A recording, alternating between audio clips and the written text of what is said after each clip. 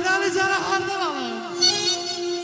Soldu getdi çiçəklərim, təzə tərə hardan alır. Olmuşuq lan, olmuşuq kar. Ay şair su nəğmə kirir kar. O yol nəğməkar, o bəstəkar xan tərtərə hardan alır. Siz qalardan sel gəzirsən, şanlıqdan gül gəzirsən. Ay şair, gəlir bilən yer gəzirsən, Kəlbəcərə hardan alır. Şu zəyətəm döndü baha, ümid qalıb bir Allaha, dəli körür sorma daha. O günləri hardan alım, Kəlbəcəri, Laçını, Ağdamı, Göyçəmizi hardan alım. Sabir verim, Allah'tan arzum oldu ki, doğma Kəlbəcərimiz, Laçınımız işğaldan azad olsun. Mübariz, Səxavət, mən, Nofəl bəy, sizi bax o dağlarda, Kəlbəcər yaylaqlarında qonaq edin.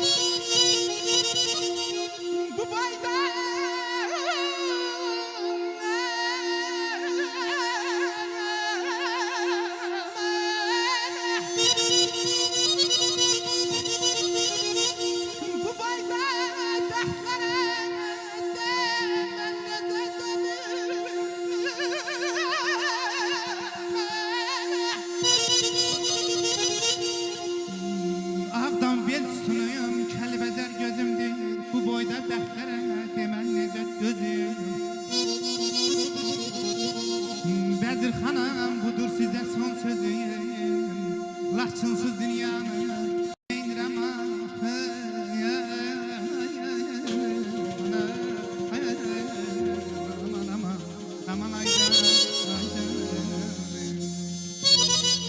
Könlümün yar deyip sızlamasına az değil ay sevil xanım təsirin sənin. Tək mən deyiləm bilay bəxtəvər, sevənlər olubdur əsrin sənin.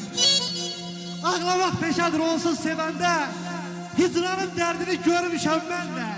Şux səsini bir yana gözəllikdən də, qalmayın mələyim kəsirin sənin. Qəlbin adan salar dərdə dünyada, çəkmə gözlərinə pərdə dünyada. Axtar gör gözəlim, bir də dünyada, varmışsız o ətə kəsirin sənin. Ver 74'ü qardım.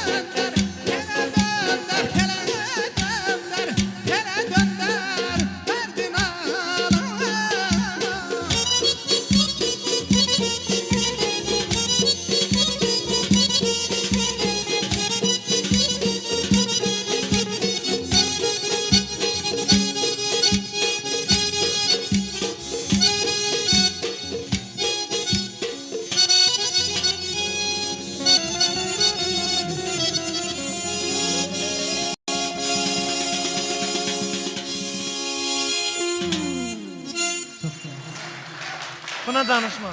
Sağ ol ürəyim mənim, sağ ol. Ay Qasay, otur.